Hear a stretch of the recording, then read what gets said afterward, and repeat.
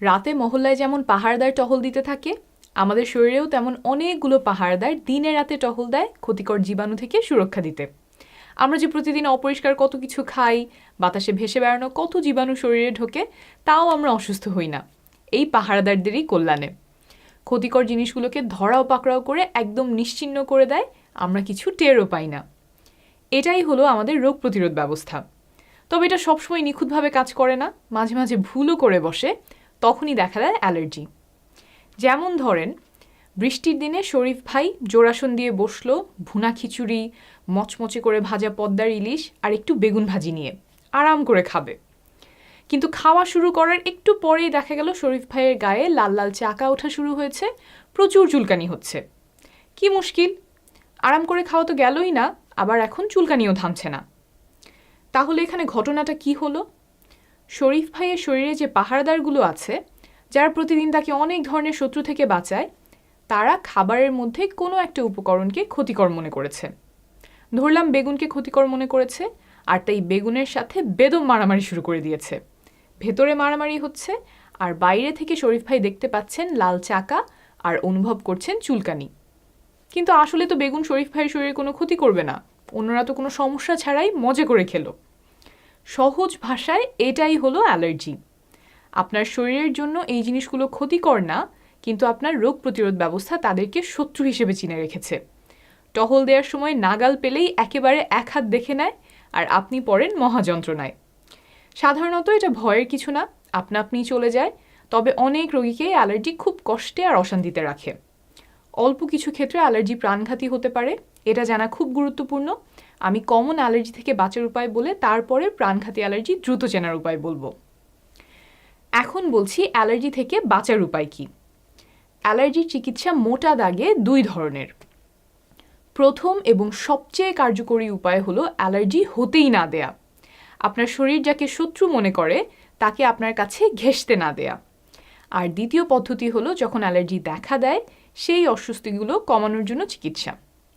প্রথম উপায় নিয়ে আগে বলি। যেই জিনিসে আপনার অ্যালার্জি, সেটা আপনি আপনার কাছে আসতে দিবেন না। তাহলে আপনার শরীরের পাহারাদারগুলো অযথা মারামারি করার জন্য আর কাউকে পাবে না, আপনারও কোনো যন্ত্রণা হবে না। তবে ঠিক কিসে আপনার অ্যালার্জি, সেটা খুঁজে বের করতে আপনাকে একটু গোয়েন্দাগিরি করতে হতে পারে। সহজ উদাহরণ হলো শরীফ ভাই। উনি ভুনা খিচুড়ি, পদ্মার ইলিশ আর বেগুন ভাজি খাচ্ছিলেন। সেখান থেকে তিনি একটা ধারণা করতে পারেন যে এই খাবারের কোনো একটাতে হয়তো তার অ্যালার্জি। পরের বার তিনি যখন বেগুন ভাজি দিয়ে রুটি খান, আর তখনও যদি এমন লাল চাকা চাকা উঠে চুলকাতে শুরু করে, তাহলে চিন্তা করতে হবে এই দুই খাবারের মধ্যে কোন জিনিসে মিল ছিল। দুইবারই বেগুন ছিল, তাহলে ধরা যায় যে শরীফ ভাইয়ের বেগুনে অ্যালার্জি আছে, এবং অ্যালার্জির যন্ত্রণা থেকে বাঁচতে শরীফ ভাইকে বেগুন থেকে দূরে থাকতে হবে। খাবারে অ্যালার্জি হলে সেটা খুঁজে বের করা তুলনামূলকভাবে সহজ, কিন্তু কিছু জিনিস আছে যা খাবারের মতো খুঁজে পাওয়া এতটা সহজ না। এমন জিনিসগুলোর একটা তালিকা আমি এখানে বলে দিচ্ছি, যাতে আপনি যখন গোয়েন্দাগিরি করছেন তখন কাকে কাকে সন্দেহভাজন তালিকায় রাখবেন তার একটা ধারণা পেয়ে যান। 1. Dust mite. এগুলো হলো ছোট ছোট পোকা, চোখে দেখা যায় না, মাইক্রোস্কোপের নিচে দেখলে সাদা রঙের আটপাওয়ালা পোকার মতো দেখা যায়। আমাদের চামড়া থেকে যে মৃত কোষগুলো ঝরে পড়ে, এরা সেগুলো খেয়ে বেঁচে থাকে। আমাদের চামড়া থেকে তো প্রতিদিনই অল্প অল্প মৃতকোষ ঝরে পড়ছে বিছানায়, কার্পেটে, সোফায়, আর এসব জায়গায় বাসা বাঁধছে কোটি কোটি ডাস্ট মাইট। এই ডাস্ট মাইটে আপনার অ্যালার্জি হতে পারে।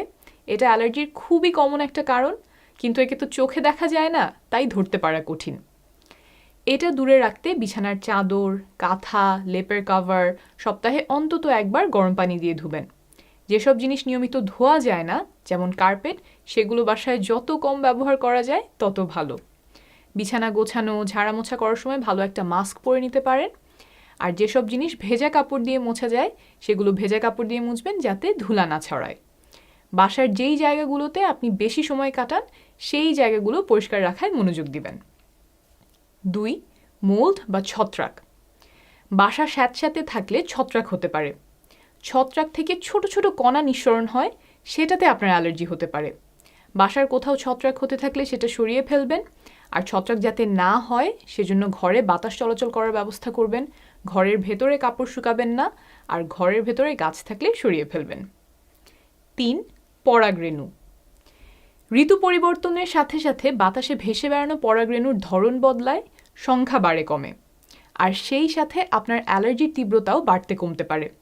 বছরের একটা সময় দেখা যায় অনেকের চোখ নাক চুলকানো শুরু করে, নাক দিয়ে পানি পড়ে, চোখ দিয়ে পানি পড়ে, সর্দি থাকে বা নাক বন্ধ হয়ে যায়, চোখ লাল হয়ে যায়, মাথাটা ধরে থাকে, হাঁচি কাশি একদম সারতেই চায় না। এমন হলে পরাগরেণু আপনার শত্রু হতে পারে। খেয়াল রাখবেন বছরের ঠিক কোন সময়টাতে আপনার এমন হচ্ছে। সেই সময়ে যতটা সম্ভব ঘরের ভেতর থাকা যায়, বাইরে গেলেও ঘরে ফিরে কাপড় পাল্টে গোসল করে ফেলবেন যাতে পরাগরেণু ধুয়ে চলে যায়, আর কাপড় জামা পারলে ঘরের ভেতরে শুকাতে দিবেন, কিন্তু খেয়াল রাখবেন তাতে আবার বাসায় যাতে ছত্রাক না হয়। 4. গরম বা ঘাম। ঘামে যে উপাদানগুলো আছে সেগুলোর বিরুদ্ধে আপনার শরীর রিয়্যাক্ট করতে পারে। অনেক খাটাখাটনি করলে, পরিশ্রম করলে, ব্যায়াম করলে যখন শরীর গরম হচ্ছে, ঘামছেন, তখন গায়ে চুলকানি হতে পারে, চাকা হতে পারে। এমন হলে যতটা সম্ভব রোদে না যাওয়া, বাতাস আছে এমন জায়গায় থাকা, পাতলা ঢিলেঢালা জামা পরার চেষ্টা করবেন যাতে গা খুব গরম না হয়ে যায়। 5. ঠান্ডা। গরমের মতো বেশি ঠান্ডায় গেলেও অনেকের অ্যালার্জি হতে পারে। বৃষ্টিতে ভেজা, পুকুরে গোসল ইত্যাদিতে অ্যালার্জি দেখা দিতে পারে। তাছাড়াও হতে পারে পশু পাখির লোম বা পালক যা বাতাসে ভাসতে পারে কিন্তু চোখে দেখা যায় না, পথে ঘাটে ধুলাবালি, পোকার কামড়, নির্দিষ্ট কোনো মেটাল যা আংটি, গয়না, ঘড়িতে থাকতে পারে, নির্দিষ্ট কেমিক্যাল যা সাবান, শ্যাম্পু, ডিটারজেন্ট, পারফিউম ইত্যাদিতে থাকতে পারে, নির্দিষ্ট ধরনের কাপড়, প্লাস্টিক, ওষুধ যেমন পেনিসিলিন জাতীয় অ্যান্টিবায়োটিক, আর খাবার তো আগে বলেছি, চিংড়ি, বাদাম, ছোট শিশুদের ডিমে বা দুধে অ্যালার্জি থাকতে পারে। অনেক সময় দেখা যায় খাবারের যে কোনো একটা ধরনের অ্যালার্জি, যেমন ঘাস খাওয়া গরুর মাংসে অ্যালার্জি নাই কিন্তু কর্ন খাওয়া গরুর মাংসে অ্যালার্জি আছে। বুঝতেই পারছেন লিস্টটা অনেক লম্বা, এক একজনের এক এক জিনিসে অ্যালার্জি হতে পারে। তাই আপনার কিসে অ্যালার্জি সেটার গোয়েন্দাগিরি আপনি সবচেয়ে ভালো করতে পারবেন। এটা খুঁজে বের করতে পারলে অ্যালার্জি নিয়ন্ত্রণে রাখা অনেক সহজ হয়। এখন আসি দ্বিতীয় উপায়ে। অ্যালার্জি হয়ে গেছে, এখন আপনি কি করবেন? উপশমের উপায় কি? অ্যালার্জি নিয়ন্ত্রণের প্রধান ওষুধ হলো অ্যান্টিহিস্টামিন। শুরুতে যে বলেছিলাম অ্যালার্জির অস্বস্তিগুলো তৈরি হয় কারণ আপনার রোগ প্রতিরোধ ব্যবস্থা মারামারি করছে, সেই রোগ প্রতিরোধ ব্যবস্থার একটা অস্ত্র হলো হিস্টামিন, যা এত গোলমাল পাকায়। এই হিস্টামিনকে রুখতে ওষুধ হলো অ্যান্টিহিস্টামিন।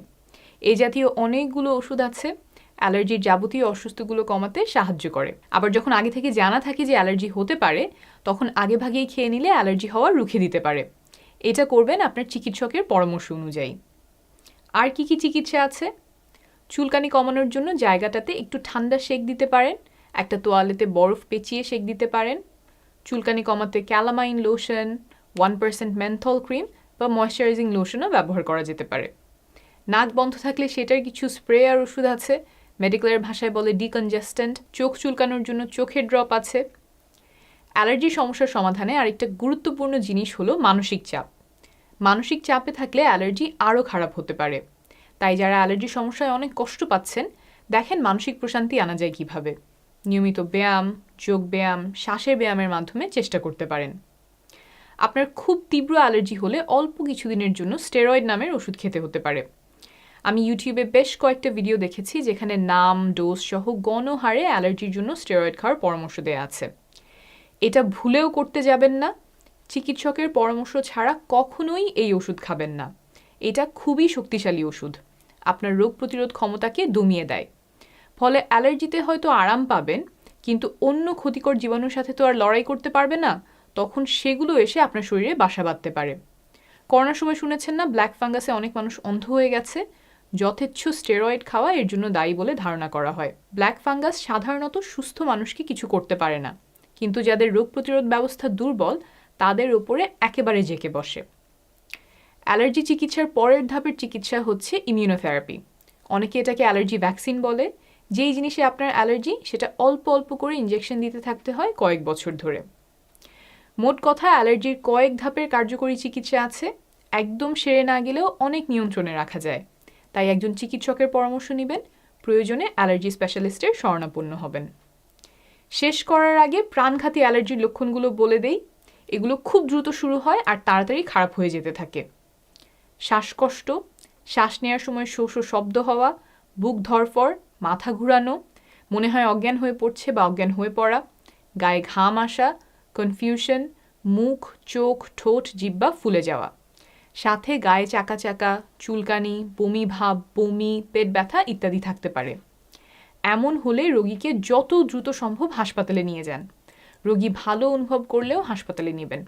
আগেই বলেছি এটা প্রাণঘাতী হতে পারে, কিন্তু সময় মতো একটা ইনজেকশন দিলেই জীবন বেঁচে যেতে পারে। শেষ করার আগে আরেকটা বোনাস, স্বাস্থ্য বিষয়ে তো আপনাদের নানা সময় নানা রকমের জিজ্ঞাসা থাকে। গুগল বা ইউটিউবে সার্চ করলে যে তথ্য পান তার কোনটা নির্ভরযোগ্য আর কোনটা মন গড়া তা বোঝা মুশকিল। আপনাদের এই সমস্যার সমাধান করতে আমরা অনেকজন ডাক্তার মিলে সহজ বাংলায় তথ্য প্রকাশ করছি সহায় থেকে। www.সহায়.health ওয়েবসাইটে গেলে বা সহায় লিখে সার্চ দিলেই আমাদেরকে পেয়ে যাবেন। এরপর যখন কোনো স্বাস্থ্য জিজ্ঞাসা মাথায় আসে আমাদের ওয়েবসাইট ঘুরে দেখার আমন্ত্রণ রইল। সুস্থ থাকবেন, অনেক শুভকামনা।